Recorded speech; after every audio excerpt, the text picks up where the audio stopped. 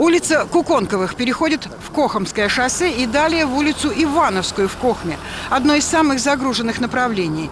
По данным диагностики, интенсивность движения по улице Куконковых составляет 21 тысяча автомобилей в сутки. Ежедневные пробки, низкая пропускная способность по ряду причин. Реконструкция магистрали должна расширить дорогу, разделить потоки.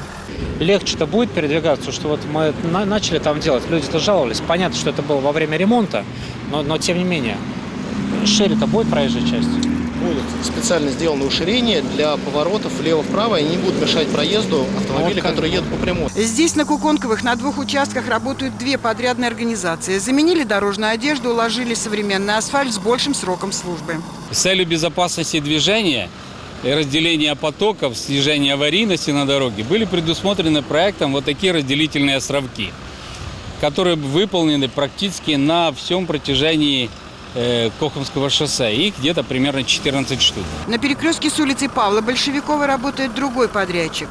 Расширяют дорожное полотно, чтобы снизить загруженность дороги, переносят опоры контактной сети, укладывают асфальт, обустраивают островки безопасности, бортовой камень.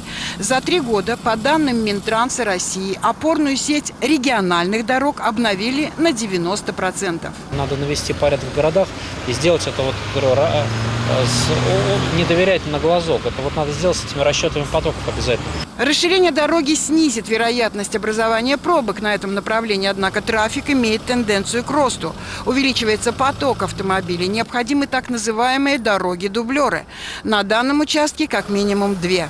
Сегодня они в стадии проектирования, но есть проблемы. Очень много проблем, связанных, например, что есть часть земель лесного фонда, а их перевод под строительство, он затруднен и очень долг чисто по формальным процедурам. Завершат реконструкцию улицы Куконковых по плану в сентябре. Ирина Афонина, Григорий Мартьянов, телекомпания «Барс».